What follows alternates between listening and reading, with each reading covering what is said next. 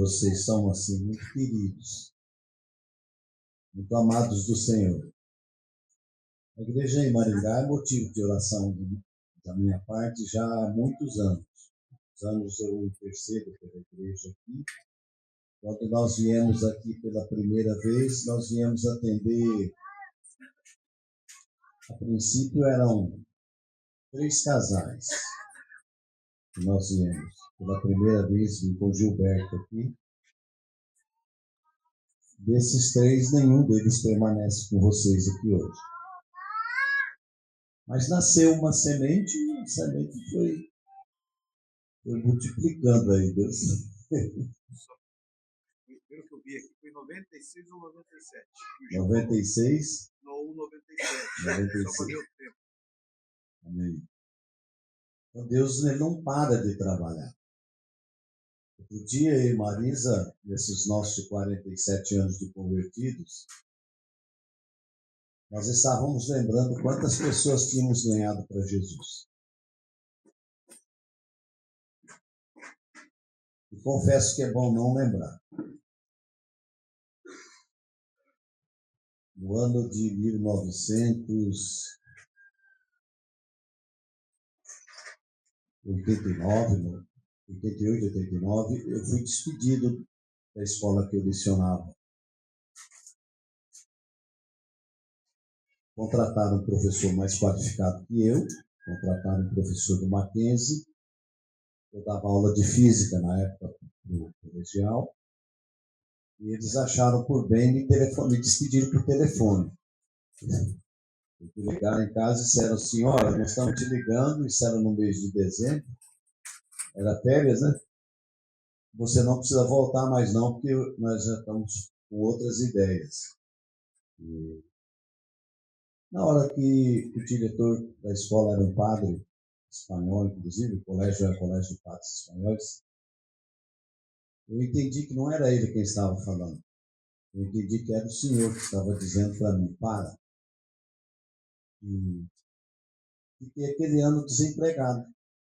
Eu, naquele ano, tinha feito justamente um propósito de ficar com mais aulas no colégio particular do que com o meu cargo no Estado. Então, o que eu fiz? Eu escolhi pouquinha aula no colégio estadual para poder ficar com mais cargo, porque o salário lá era melhor, né? O salário é melhor. Então, quando você escolhe uma coisa boa, muito boa, o Ló escolheu a Campina Verde, a melhor parte, né? Eu também tinha escolhido a melhor parte. E justamente aquela parte Deus tirou. Eu precisei reunir meus filhos e confessar para eles que seria um ano bastante difícil. Não poderiam comprar tênis, não poderiam comprar roupa, não poderiam estar esbanjando porque nós íamos só comer. Era um ano para a gente aprender a viver dependente de Deus. E foi exatamente assim. Só que nesse intervalo de tempo, nesse ano, eu e Marisa, nós começamos a orar e saindo nos bairros, começamos a proclamar, falar de Jesus. Nós íamos numa casa, batia numa casa, batia na outra, assim. E Deus foi fazendo muitos milagres. Lembro que numa casa, nós perguntamos para a pessoa se queria que a gente orasse ali. Ela falou, não, eu não preciso, mas a vizinha precisa. Aí, nós fomos na vizinha. Aí oramos, a vizinha falou, nossa, foi Deus que mandou vocês, vem aqui que minha filha está estourando em fé. E aí fomos lá no quarto da menina, oramos com ela, e saímos e fomos para outra casa. Quando nós estávamos na outra casa, a vizinha falou, obrigado, viu, minha filha, essa época dela foi embora. Graças a Deus. Então, foi operando feitos milagrosos na nossa vida. E naquele ano, irmãos, nós enchemos a nossa casa com 40 discípulos. Uma experiência tremenda. Então, Deus tinha um propósito. No ano seguinte, quando terminou aquele ano, no ano seguinte, a mesma pessoa que me despediu me ligou em casa. Já era fevereiro, estava começando as aulas. E ele disse assim, estou te ligando por 2 motivos. Pode falar. Primeiro, para pedir desculpa para vocês, nós fizemos uma tentativa, nós erramos e confessamos que nós falhamos com você. E o segundo motivo é convidar se você quer voltar a trabalhar conosco. Como eu não tinha guardado nenhuma mágoa no meu coração, sabia que Deus tinha um propósito, eu falei, não, eu aceito sim. E aceitei e voltei para o colégio. E lecionei mais 2 anos. Só que naquele ano, nos 2 anos seguintes, Deus falou para mim, hoje você vai chegar lá no colégio e você vai dizer assim, hoje estou vindo aqui pedindo as contas. Aí já não era o padre me ligando, era Deus falando para mim ir lá e exonerar meu cargo. Eu fui lá e falei, Senhor, eu não pedi, vou ficar sem, como é que os meninos vão viver aí? Sem trabalho, sem nada? E eu fui e obedeci, pedi minhas contas. Mas antes disso, preciso contar que eu fiquei muito em dúvida, como qualquer um ficaria. Senhor, eu preciso do meu trabalho de sustentar minha casa, como faz? Aí minha mãe era uma mulher muito de oração. E eu falei assim, senhor, usa a mamãe para falar comigo. E chamei a Marisa, pegamos o carro e fomos para a casa da minha mãe, pousamos aquele dia lá, esperando que Deus usasse a minha mãe para dar sua palavra, não falamos nada para ela. Só que no outro dia, quando eu levantei cedo, eu saí para o corredor da casa para orar, e Deus falou comigo assim, olha, não esqueça, que quando aprove a Deus revelar o seu filho a mim, eu não voltei atrás e nem consultei a carne e nem o sangue, mas prossegui para o alto. Já entendi isso. Pedi perdão para o Senhor, falei que eu não tinha que consultar mais ninguém. Passei na minha escola, onde eu era efetivo, lá em Mirassol, e falei para a diretora que eu estava exonerando meu cargo. O senhor ficou louco, senhor? Eu fiquei sem o colégio particular, e fiquei sem escola provisional, e fiquei sem receber salário. Simples assim. Foi fácil? Foi não, querido. Um dia a Marisa falou assim, amor, não tem arroz. Eu também não tem dinheiro. É assim que começa a vida de fé. Ou você tem fé ou não tem. Ou você crê ou você não crê. Quando chegou a tarde, tinha um irmão que reunia comigo, mas ele criou problema comigo, foi embora, não voltou mais estar na minha casa. Mas ele veio um dia e falou, Diego, Deus falou comigo. Eu estava orando e Deus falou assim, leve esse cheque e entrega na mão dele. Eu agradeço de coração. E com aquele cheque, nós fomos fazer compra. E não tinha nada em casa. Então, foi assim que começou a nossa vida de fé. Confiando que Deus está no controle de todas as coisas. Todas. Ele é Senhor. E nos sustentou. Logo em seguida, começaram a vir gente para minha casa. Aí depois começaram espontaneamente a ofertar, ser generoso com a gente. Não nos faltou nada. Certamente houve limitações, claro que houve. Eu pagava um plano de saúde. E eu disse para o senhor que eu paguei o plano de saúde quando eu era professor do colégio particular, quando eu lecionava. Esse padrinho de casamento meu me convidou para eu lecionar durante 4 meses da aula de matemática para primeiro grau, porque o professor que ele tinha não suportou os alunos. E ele falou, você não podia me ajudar, me cobrir esses 4 meses? Eu fiquei 4 anos cobrindo ele. Era 4 meses, fiquei 4 anos cobrindo ele lá. Eles não queriam que eu fosse embora. Deus nos ajudou em todas as coisas. Deus nos socorreu em todo o tempo. E provou que Ele permanece conosco. E não nos deixa. E quando eu orei por vocês, Deus deu uma palavra. Diga para eles que eles são queridos e amados. Que o Senhor vos ama. Mas não esqueça de dizer para eles também que eu preciso muito deles. Eu preciso do trabalho e preciso do serviço deles. Então, consulta teu coração e vê aí quanto você está disposto a trabalhar para Jesus. Você ser uma luz, ser um testemunho, você ser uma bênção na mão dele, onde você for, o nome dele seja honrado e seja glorificado. Eu vou procurar ser fiel àquilo que Deus colocou no meu coração para escrever.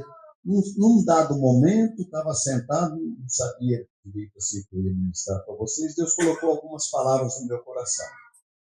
No resumo dela é o seguinte: Deus diz, eu estou com vocês. A primeira palavra que Deus fala, eu estou com esse povo.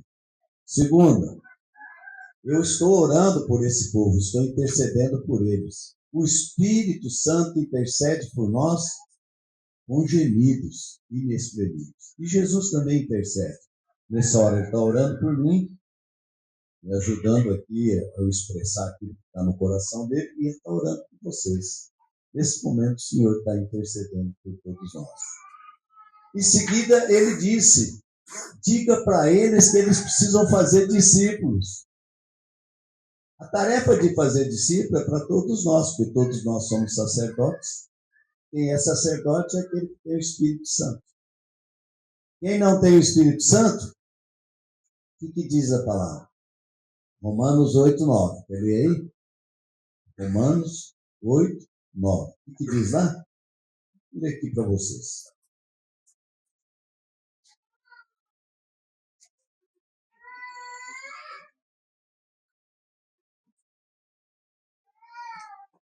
Se alguém, vós, porém, não estáis na carne, mas no Espírito. Se de fato o Espírito de Deus habita em vós. E se alguém não tem o Espírito de Cristo, esse tal não é dele. O que nos qualifica é a presença do Espírito Santo em nós. Nos qualifica, nos coloca como filhos, como servos de Deus. Amém? Tem uma frasezinha de Abacuque 3:2 que eu leio há com certeza uns 4 anos. Eu oro e leio. Leio e oro. Já faz uns 4 anos. Porque cada lugar que a gente vai, a gente encontra a igreja de alguma forma. Uns estão mais animados, outros estão mais tocados, estão mais vivos, mais fortes a fé. Tem outros que estão mais abatidos, tem outros mais cheios de tribulação. Mas Abacuque 3:2, ele tinha recebido uma palavra profética de Deus dizendo que os caldeus vêm aí, vão tomar conta desse povo e vão levá-los escravizados. E o profeta, ele se doía no coração porque ele orava pelo povo para que não acontecesse aquilo. Mas Deus tinha prometido para ele que os caldeus vinham e vinham escravizar aquele povo. Eles iam ser cativos e ficaram 70 anos cativos. Mas no final, no capítulo 3, verso 2, ele disse: tenho ouvido, ó Senhor, as tuas declarações e me sinto alarmado. Quando o Gilberto fala sobre a vinda de Jesus, ele não fala que vai vir uma tribulação e está chegando por aí, e que sereis odiados de todas as nações por causa do meu nome. Vai chegar um momento, queridos. Não adianta ficar alarmado, porque vai vir. Está profetizado, está escrito, lá vai acontecer. Ele diz, tenho ouvido, Senhor, as tuas declarações e me sinto alarmado. Aviva a tua obra, ó Senhor, no decorrer dos anos, e no decurso dos anos faze-a conhecida. Na tua ira, lembra-te da misericórdia, Senhor. Deus, avive essa obra aqui, porque a hora que a tribulação chegar, quem vai apostatar da fé? Quem vai virar as costas para Jesus com medo de morrer diante da ameaça que você tem uma faca cortar teu pescoço? Como vai ficar a minha vida? Outro dia eu vi um irmão ministrando lá para a igreja e aquilo mexeu com o meu coração, porque ele estava contando a passagem dos 3 que foram lançados na fornalha de fogo. E aí o rei fala, acendam 7 vezes mais a fornalha. E virou para os 3 e disse, agora vocês decidem, vocês vão ajoelhar diante daquela estátua ou vocês querem que eu jogue vocês lá no lago onde estava a fornalha acesa? Aí um deles, corajoso, eu fiquei até com vergonha, viu? Eu vi ele falando, eu fiquei com vergonha. Falei, ó rei, fica sabendo que o Deus que nós cremos, se ele quiser nos livrar, ele vai nos livrar. Mas se ele não quiser nos livrar, fica sabendo que diante daquele treco lá, nós não vamos ajoelhar, não. Imagina você no lugar desse irmão, esse homem, se você estava olhando para a fornalha e acesa 7 vezes mais no fogo. Às vezes vem uma tripulaçãozinha desse tamanhozinho, a gente já fica tremendo, a gente já fica todo apavorado. Puxa, eu esperava que Deus me abençoasse, não me abençoou. Estava esperando a bênção e a bênção não veio. Senhor, Mas Deus não perdeu o controle e nem te esqueceu. Às vezes a fornalha faz bem, às vezes ela esquenta um pouco, queima, né? Mas diz lá que nem um fio de cabelo se queimou do cabelo deles. Aí Nabucodonosor olha e fala assim, mas nós não jogamos 3 homens lá? E por que eu estou vendo 4? O anjo do Senhor acampa-se ao redor daquele que os teme e os livra. Aleluia! Esse é o Senhor que está com você e está comigo.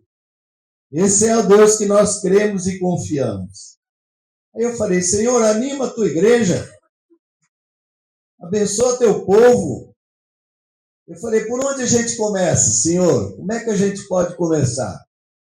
E o Senhor falou assim para mim, primeiro devemos crer que Jesus é o Senhor de todas as coisas. E precisamos crer que Jesus está conosco. O tempo todo ele está conosco. Vocês lembram daquele texto lá de Mateus 28, 18 a 20? Toda autoridade me foi dada no céu e na terra. Ide, portanto, fazer discípulos de todas as nações, batizando em nome do Pai, do Filho e do Espírito Santo, e ensinando-os a guardar todas as coisas que vos tenho, e estarei convosco até a consumação do céu. Quando ele promete, ele cumpre. Ele disse que estaria conosco todos os dias. Vocês poderiam ler para mim Apocalipse 19, 8? Apocalipse 19, 8. E quem achou aí, quiser ler, pode ler.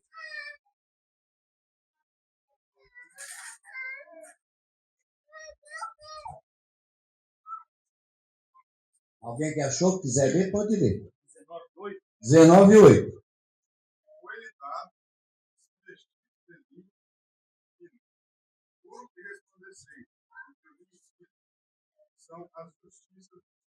Aleluia. Tem alguém que tem uma traduçãozinha um pouquinho diferente da dele? Pode ler.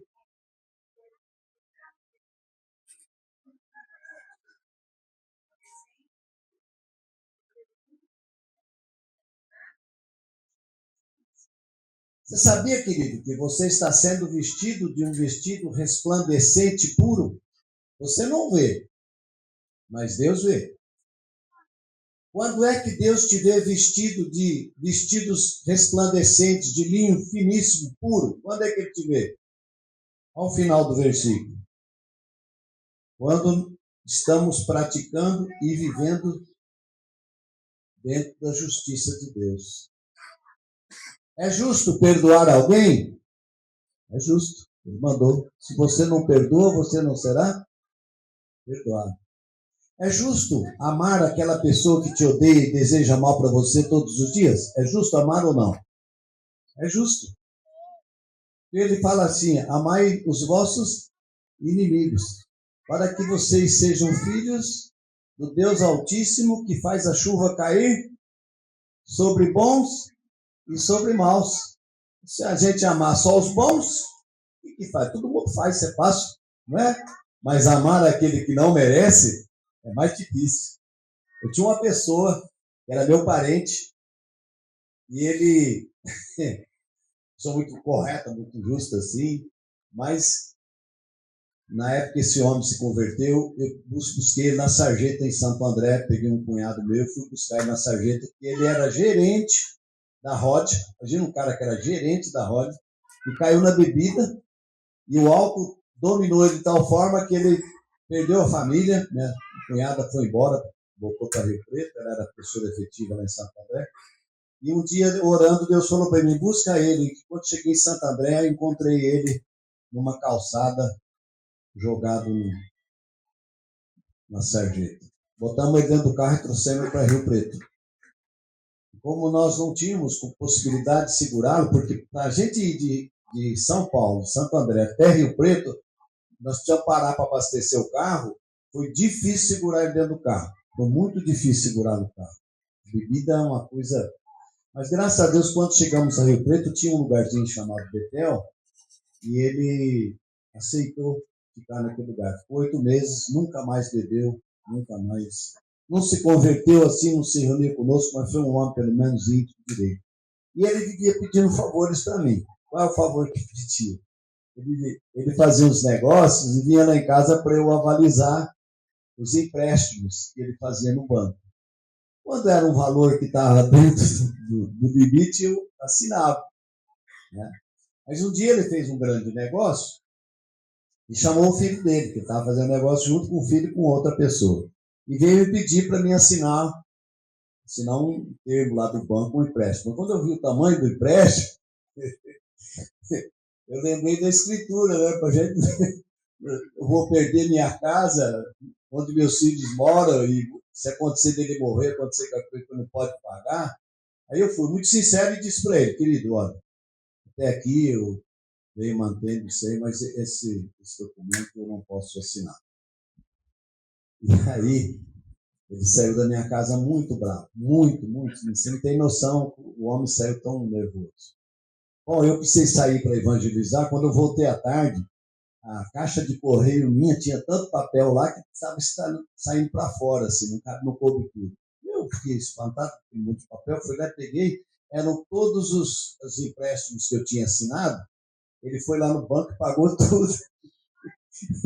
Ele pagou todos e pôs a liquidação, tá tudo lá. Só que a partir daí ele ficou meu inimigo. Ia lá visitar a minha cunhada, ele ficava sentado ao pé, não falava bom dia, não falava boa tarde, mas eu entrava, cumprimentava ele nem levantava. E aí eu ia lá conversar com a minha cunhada. Por quê? Nós temos que amar mesmo aquele que não nos ama. Um dia eu estava de viagem para cá.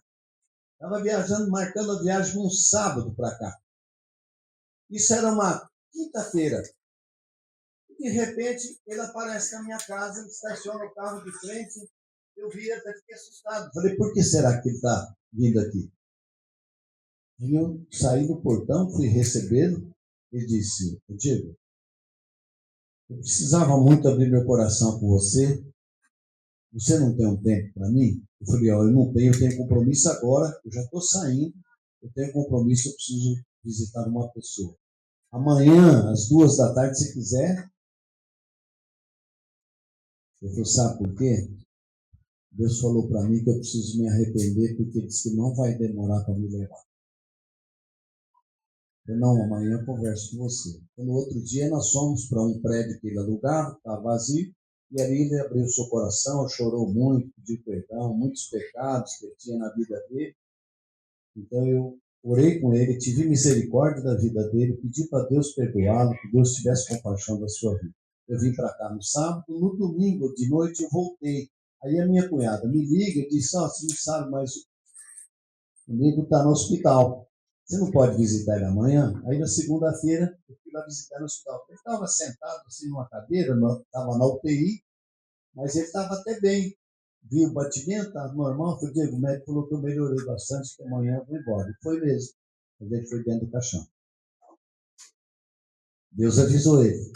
Ele teve tempo de se arrepender. Graças a Deus que ainda temos tempo de nos arrepender dos nossos defeitos, das nossas falhas. Amém? Esse é o testemunho que eu dei para mostrar que a gente precisa amar a todos. A todos. Não podemos deixar de amar. Amar faz parte do plano do nosso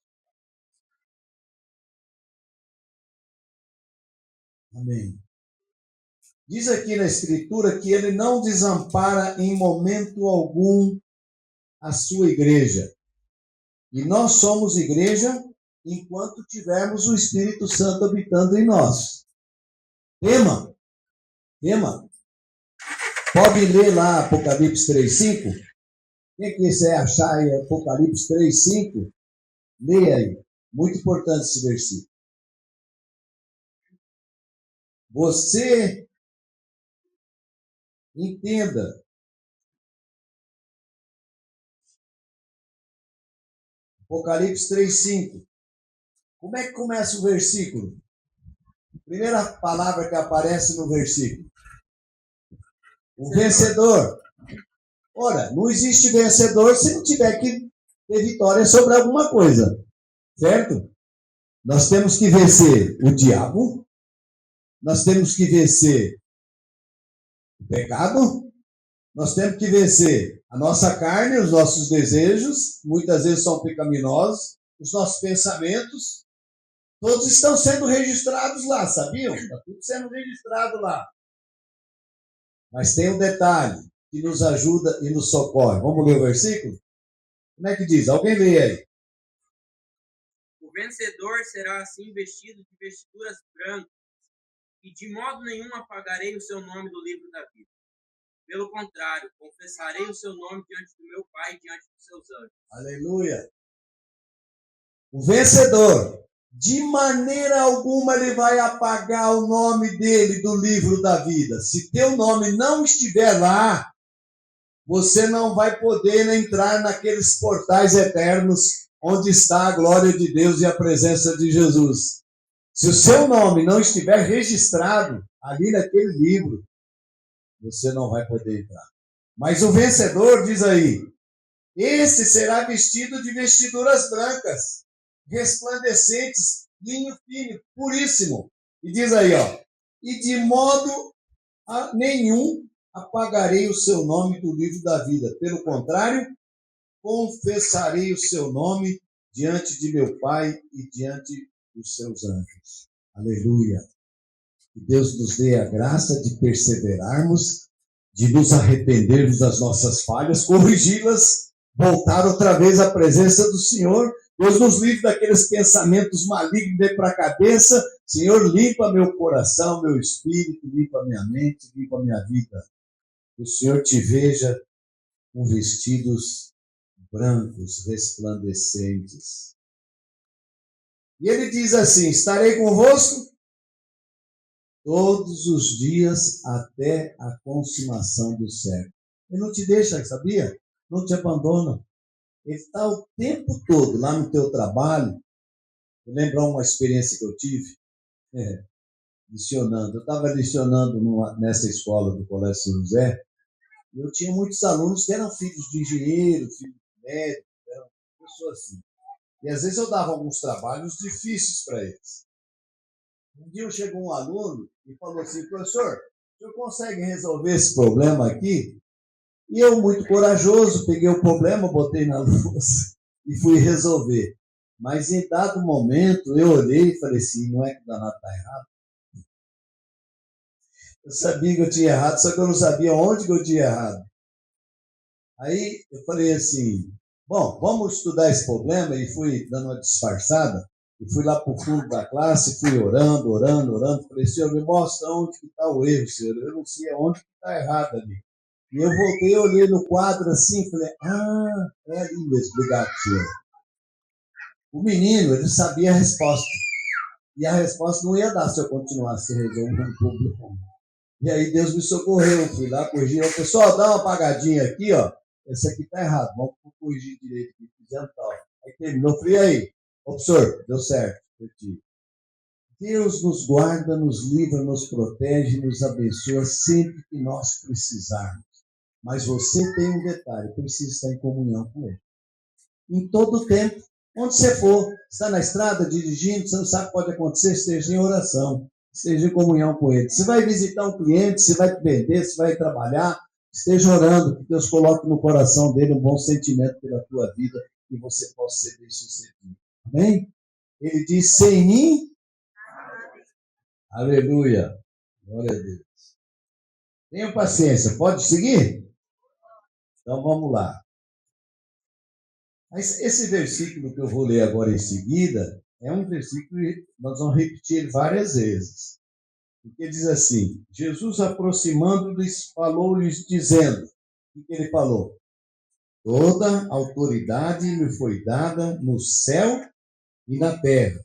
Ide, portanto, fazei discípulos de todas as nações. Quer dizer, ele está falando para a gente fazer discípulos de espanhol, de japonês, de muçulmano, de árabe, sei lá, ele está fazer brasileiro, tem que fazer de todas as nações. E como é que a gente faz o discípulo? Batizando-os em nome do Pai, do Filho e do Espírito Santo, ensinando-os a guardar todas as coisas que vos tenho ordenado. E eis que estou convosco.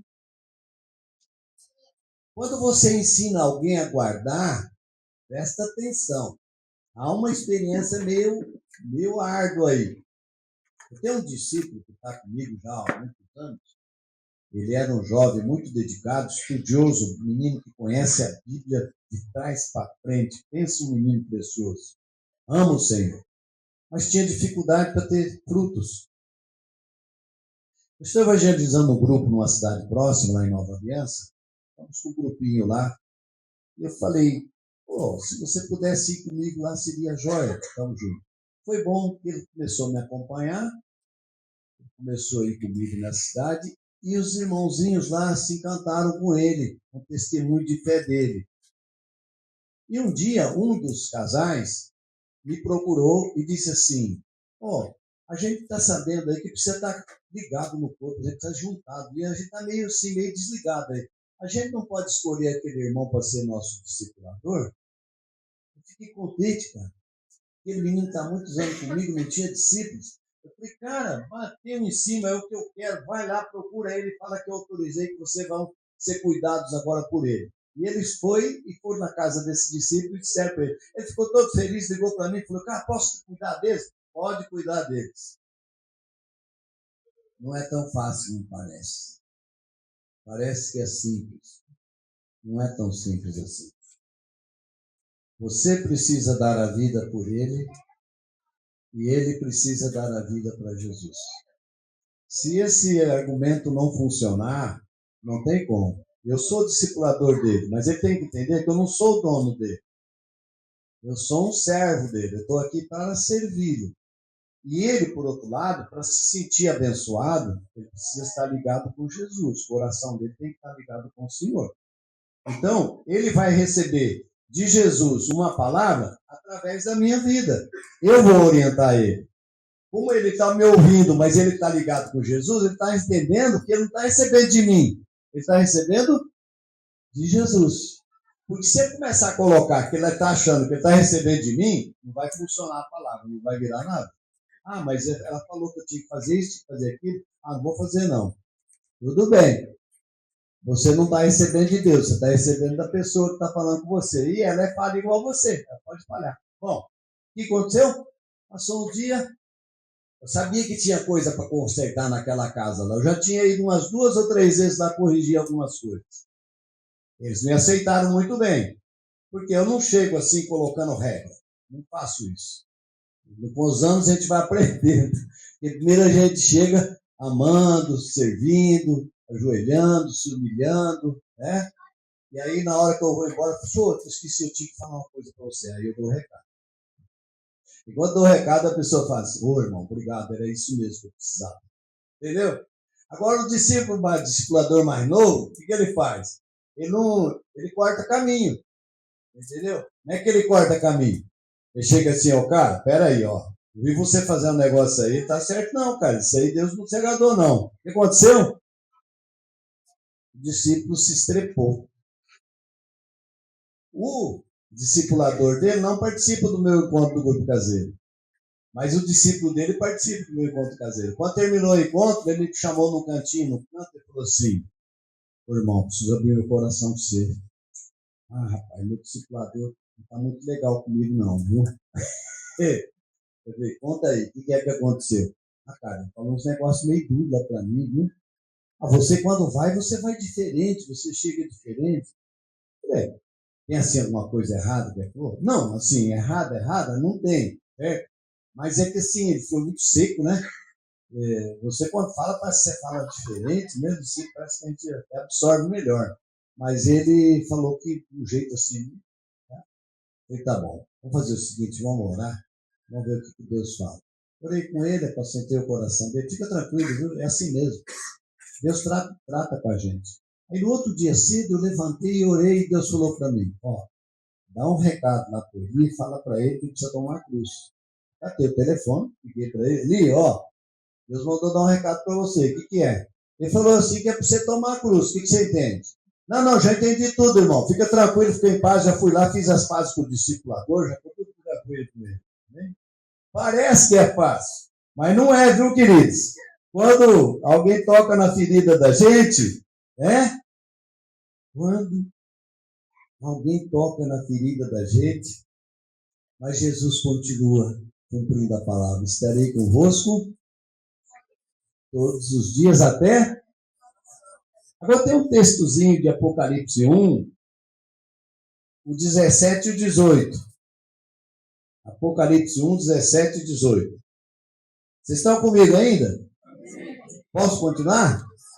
Na hora que vocês cansarem, você avisa aí, eu já dou uma precada aqui. Ó. Acharam aí Apocalipse 1, 17 e 18? Esse moço aqui vai ler. Como é que você chama? Como? Rafael? Ô, rapaz, você tem uma voz de locutor. Pode ler. Pode ler bem alto assim.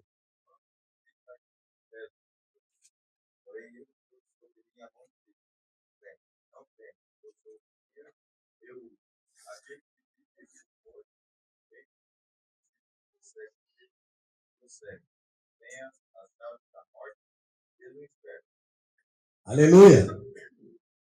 Ele esteve morto, mas agora está vivo. Vivo por quanto tempo? Pelos séculos dos séculos. E o que ele tem na mão, irmãos? O que ele tem na mão? Chaves da morte. Ele tem o quê? As chaves, está na mão dele, querido. Ninguém morre sem ele pegar a chave e abrir. Amém? Eu lembro de um discipulador meu, ele pegou uma doença grave, pegou uma doença muito horrível, né? E ele ia pregar, e ele pregava alegre, contente, sabendo que estava aquela situação difícil. E a esposa dele era médica, e às vezes ela tinha que pegar e pôr no carro e correr para o hospital, senão ele morria do caminho. O que me chamava a atenção era a oração dela, a oração dela por ele. Ele estava no carro, morrendo, hemorragia saindo pela boca, perdendo muito sangue. Ele tinha cirrose hepática. É uma história um pouco triste, porque aconteceu até comigo esse negócio, tá? Nós estávamos trabalhando para a obra de Deus, e ele também estava trabalhando na obra de Deus. E nós estávamos cavando construímos 12 chuveiros, 12 banheiros para mulheres, 12 para homens, estava fazendo uma fossa. E ele pediu para se ele podia ficar lá embaixo do buraco, jogando terra para cima. Então nós pegávamos a terra, levávamos para longe, e ele, quando terminou o dia de serviço, ele falou assim, a gente podia tomar uma coca gelada. Nós estávamos numa fazenda, a fazenda era longe da cidade. Estava lá de fronteira. E aí ele falou, então vamos na cidade tomar uma coca, vamos tomar uma coca. Aí quando chegou no balcão, o senhor me dá uma coca gelada? Eu falei assim, consigo. Aí ele colocou aqueles copos de vidro. Aí ele virou para mim e falou assim, cara, vamos pedir para ele não um copo descartável? Irmão, Deus tem que ter misericórdia de nós, sabe? Eu falei para ele assim, ô Glenn, cara, vamos ter fé e vamos tomar a coca aí, pronto. Ele perguntou, ô moço, o senhor tem um copo descartável? Ele falou, não tem não, só tem esse copo aí. Enchemos os copos e bebemos. Depois, uns 15 dias depois, ele apareceu com hepatite. Tratou a hepatite, mais ou menos uns 30 dias depois, a hepatite voltou. Tratou novamente e a hepatite voltou. Só que quando voltou, já voltou como cirrose, não voltou como... E aí, ele não tinha possibilidade.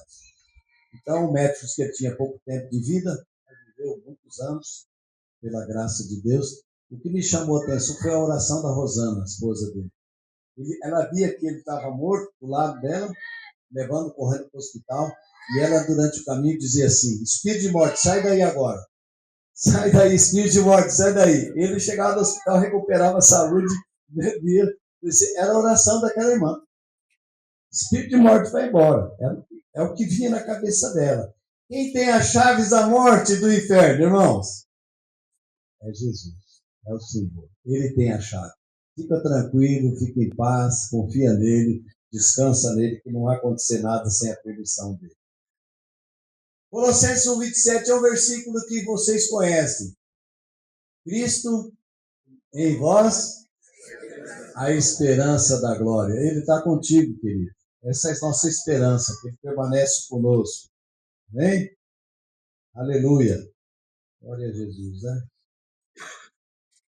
Deu plano aqui, não sei o que aconteceu.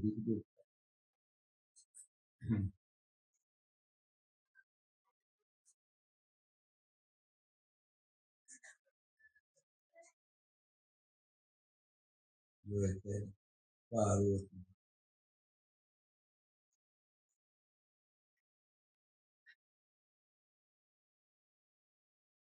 Abra Romanos 8, de 26 a 34. Romanos 8, 26 a 34.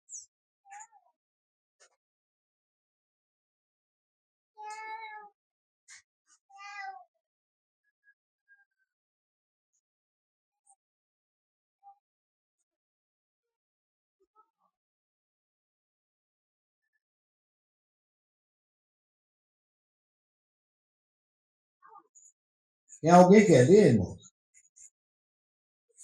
Pode ler.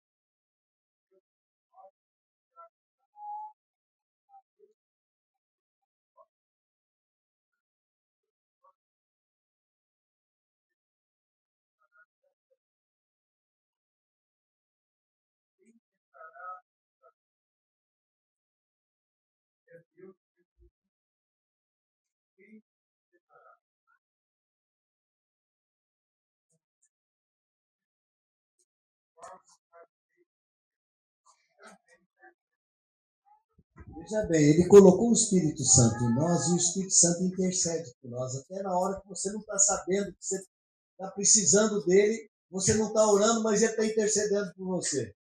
E diz aqui que Jesus também está intercedendo por você lá. Então você tem um socorro permanente na tua vida. Você não está sozinho. Em tempo algum você está.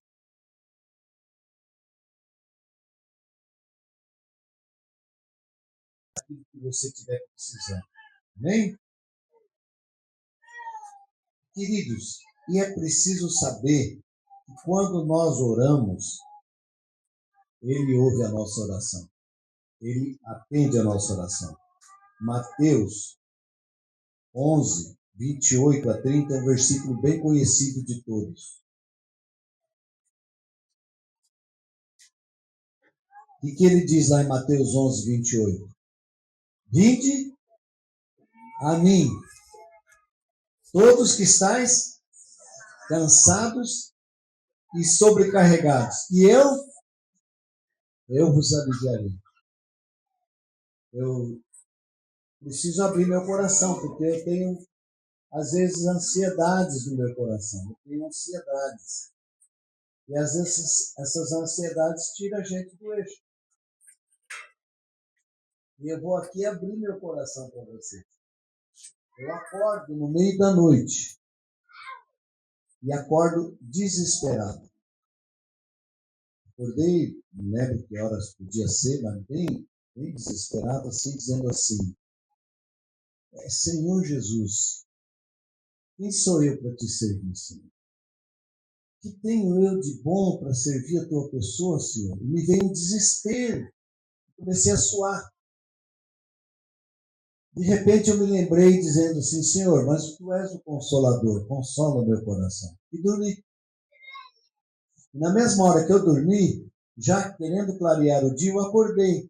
E quando eu acordei, o Senhor disse assim: diga para o meu povo que eles são amados e queridos, e que eles trabalhem para mim e façam discípulos para mim.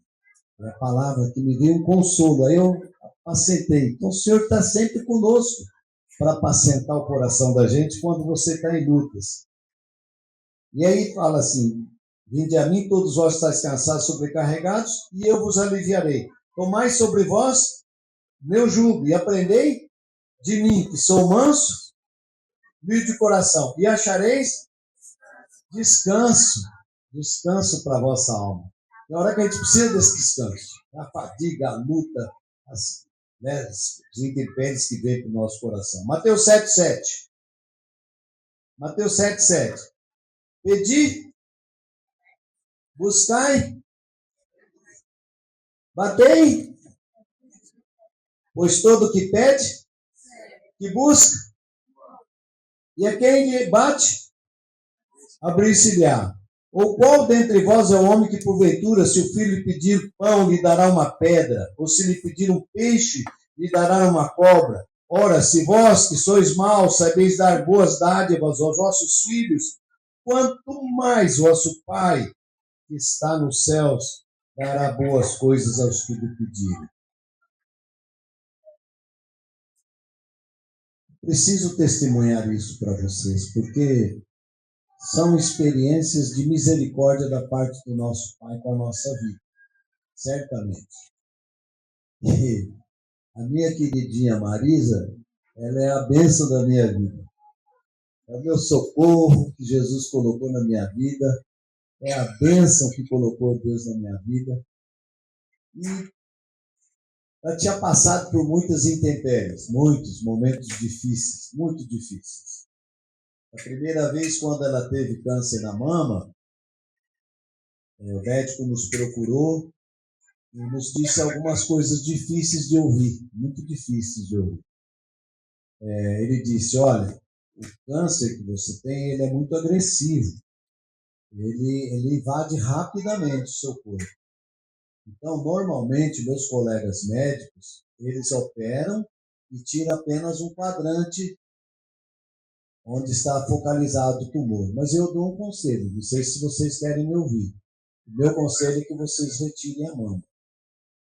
E nós optamos, então, pelo mais agressivo. Foram 6 horas e meia de cirurgia e retirou a mama. Depois ela conseguiu fazer 6 quimioterapias, né, meu? A primeira vez foram 6 quimioterapias. E Deus a curou. Deus a curou completamente. Estamos muito gratos ao Senhor pela obra que Deus fez. Mas eu lembro o dia mais difícil. Tem um dia que é sempre um dia muito crucial. Nós fomos no laboratório buscar o resultado e nós estamos viajando uma cidade para outra, para procurar o médico, e nós estamos com o envelopinho fechado. O envelope estava fechado. Então a gente não sabia nada. E aí ela, muito curiosa, uma qualidade que ela tem, ela pegou um papelzinho, eu estou dirigindo aqui, né? Pegou um papelzinho. Amor, posso pedir uma coisa? Você não abre, não, por favor. Eu queria que ela abrisse, né? Mas ela não resistiu. E a hora que ela abriu, ela leu aqueles nomes mais feios que vocês podem imaginar, né?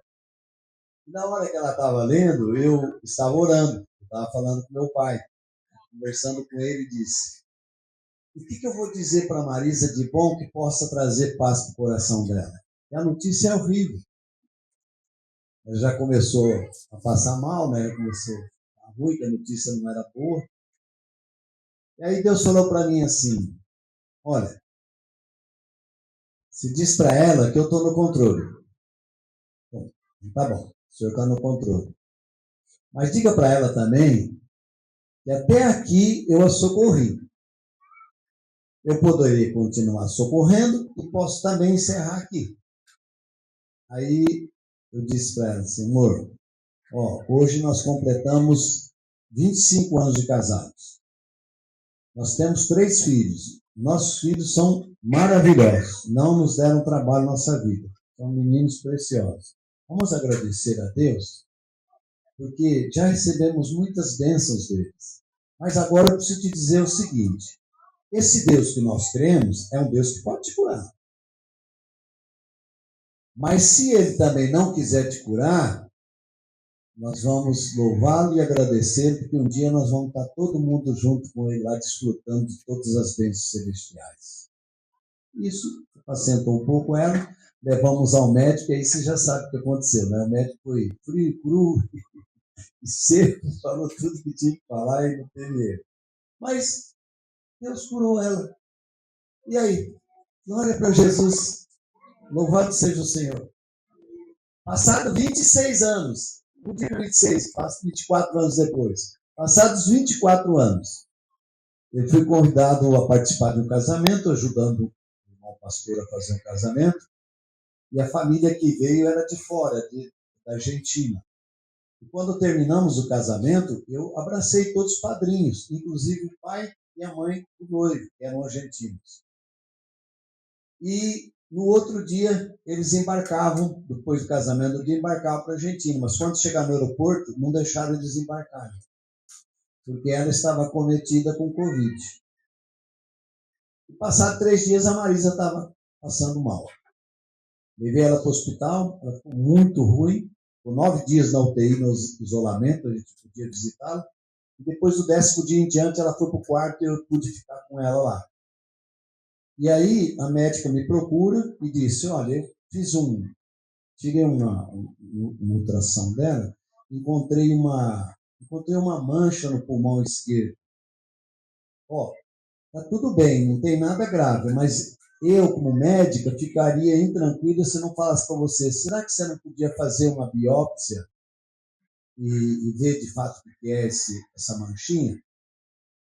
Eu falei: doutora, ela não pode fazer biópsia, ela toma lixiano de 60 miligramas.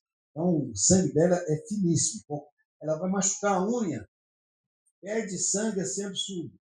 Como que vai fazer? Eu falei: não, você fica tranquilo. Nós não fazemos a biópsia se a coagulação dela não estiver adequada.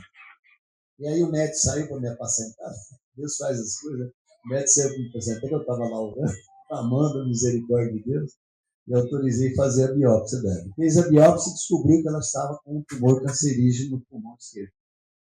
Depois de 24 anos, volta, a luta volta. Mas aí indicaram um médico para operar. Bom, eu olhei o médico, gente, eu confesso para vocês que a hora que eu olhei o médico, ele era tão criança, eu falei assim: como que a gente vai pôr uma vida na mão desse médico? Jesus amado. Aí ele chamou nós lá no consultório dele, e fez o desenho do pulmão, desenhou e falou assim: ó, vou cortar aqui, vou tirar essa parte, ela vai ficar livre de tumor, não vai ter mais nada. Depois a gente acompanha, vê como é que fica. Aí ela fez a cirurgia, nós não consentimos, o médico Deus pôs a mão, né, que deu uma hemorragia lá, ele cortou. Ele, em vez de tirar o tumor com bisturi, ele quis puxar ele com um aparelhozinho lá, que você chama, tetoscópio, quis tirar e não saiu. Aí ele falou: ó, infelizmente tive que abrir o lado dela maior para caber minha mão, enfiei a mão e puxei para fora, puxei e rompi a horta dela. E era sangue que esguichava para todo lado, não sabia nem como é que eu parava aqui. Olha, vou dizer uma coisa para você, vamos aguardar, porque a impressão que eu tive é que parece que parou, mas vamos aguardar, eu não tinha nem certeza. Eu falei: doutor, Deus está ali fazendo a obra, Deus está pondo a mão. Amém? Não é convertido? Amém? Mas aí a Marisa saiu, graças a Deus. Foi fazer as químio, suportou só 2 químio, porque a resistência caiu lá embaixo. E aí a médica me chamou e falou: o risco de fazer químio é maior do que se ela não fizesse. Vamos parar com as químio? Vamos parar, doutor. O pai está no controle. Ele sabe o que faz. E a Marisa está aí, já faz 3 anos e meio já. A gente está firme aí. Quem é que cura, irmãos? Quem é que liberta? Quem é que salva? É Ele, irmãos. É Ele, queridos. Sabendo o Deus que nós temos, nós precisamos nos colocar à disposição dele. João 13:34 diz assim: novo mandamento vos dou, que vos ameis uns aos outros, assim como eu vos amei.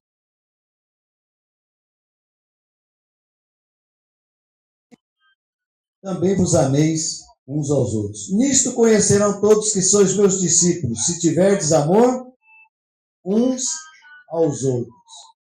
Quando é que Jesus sabe que você o ama? Você sabe quando é que Jesus sabe que você o ama ele? João 14:23. Olha quando Jesus sabe que eu o amo. Né? Se guardardes a minha palavra, alguém me ama? Guardará a minha palavra. E meu Pai o amará. E viremos para ele e faremos nele morar. Ele só acha que eu amo quando eu guardo a sua palavra. É bom que você aprenda a guardar a palavra do Senhor. Agora eu quero que vocês leiam João 15. João 15. Estou terminando, queridos. Suporta a mão.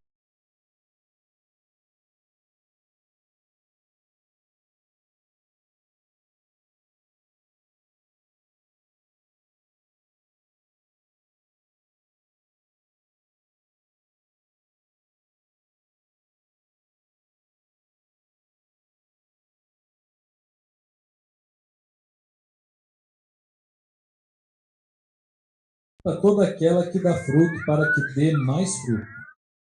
Vós já estáis limpos pela palavra que vos tenho falado. Está em mim e eu em vós. Como a vara de si mesma não pode dar fruto, se não estiver na videira, assim também vós, se não estiverdes em mim. Eu sou a videira, vós as varas. Quem está em mim e eu nele, esse dá muito fruto, porque sem mim nada podeis fazer. Se alguém não estiver em mim, será lançado fora, como a vara, e secará. E os colhem e lançam no fogo e ardem. Se vós estiverdes em mim, e as minhas palavras estiverem em vós, pedireis tudo o que quiserdes, e vos será feito. Nisto é glorificado meu Pai, que deis muito fruto, e assim sereis meus discípulos. Como o Pai me amou, também eu vos amei a vós. Permanecei no meu amor. Se guardardes os meus mandamentos, permanecereis no meu amor, do mesmo modo que eu tenho guardado os mandamentos de meu Pai, e permaneço no seu amor. Verso 14 agora, só o 14. Vós sereis meus amigos se fizerdes o que eu vos mando. Aleluia, aleluia. Seremos amigos dele se permanecermos. Se a vara estiver ligada na videira, ela precisa fazer o quê? Dar fruto. Que fruto você pode dar para Deus? Que frutos a gente pode dar para Deus? Tem muitas coisas que nós podemos dar como fruto a Deus. Você amando as pessoas, se compadecendo delas, socorrendo o necessitado, visitando algum enfermo.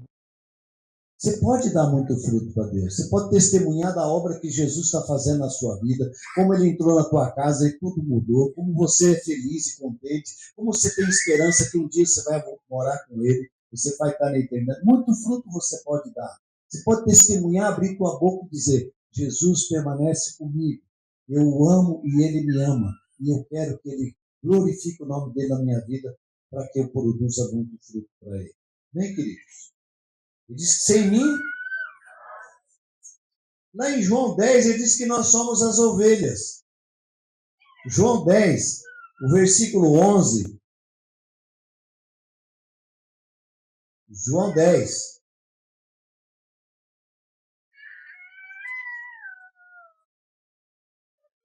O versículo 11. Ele diz assim: eu sou o bom pastor, e o bom pastor dá a vida pelas suas ovelhas. Verso 27. As minhas ovelhas ouvem a minha voz, eu as conheço e elas me seguem.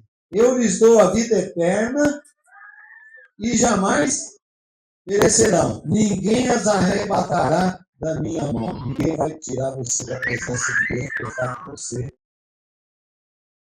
Em Gênesis 12, verso 1, diz assim: ora, disse o Senhor a Abraão: sai da tua terra, da tua parentela e da casa de teu pai, e vai para a terra que te mostrarei, e te farei uma grande nação, e te abençoarei, e engrandecerei o teu nome. Sê tu uma bênção, abençoarei os que te abençoarem, e amaldiçoarei os que te amaldiçoarem. E em ti serão benditas todas as famílias da terra. Você faz parte dessa profecia, porque você tem família aqui nessa terra. E na fé de Abraão serão abençoados todos aqueles que entregaram suas vidas para Jesus. Assim como foi com Abraão, foi solicitado que ele tinha que sair do meio da sua parentela, o Senhor está nos chamando para sairmos deste mundo corrompido e mal que nós vivemos nele. Deus vai te dar luz e entendimento como você tem que sair. Ávila. Cidade Ávila. Obrigado, amor. E aí eu perguntei para o senhor se existia na Escritura algum texto que falasse semelhante, pedindo para a gente sair. Vem Apocalipse 18:4. Apocalipse 18:4. Capítulo 18 está dizendo um momento profético que Deus está destruindo a pecaminosidade e toda a maldade que existe no mundo. Aquela meretriz, a Babilônia, está sendo consumida pelo fogo, ela está sendo destruída. E os amantes da Babilônia estão chorando. Estão todos tementes porque não queriam perder a Babilônia, porque era um lugar de riqueza, de beleza, de luxúria, de prazer, de todo o bem que os homens ricos tinham para gastar o dinheiro, era lá na Babilônia. E o Senhor diz assim, chegou o dia dela. Ela vai ter fim agora. E aí quando chega no versículo 4, ele vira e diz assim, ouvi outra voz do céu dizendo, retirai-vos dela, povo meu, para não serdes cúmplices dos seus pecados e para não participardes dos seus flagelos, porque os seus pecados se acumularam até o céu e Deus se lembrou dos atos iníquos que ela praticou. Pediu para nós sairmos do sistema. Nós temos que ter mais comunhão entre nós. Quanto menos amigos você tiver do mundo, melhor. Aquele que se torna amigo do mundo, ele será inimigo de Deus. Você não vai querer ter Deus como inimigo. Nós só podemos ser amigos do mundo quando temos possibilidade de pregar para eles e testemunhar de Jesus para a vida deles. Amém, irmãos? E encerrando outro versículo, 2 Coríntios 6,16. 2 Coríntios 6,16.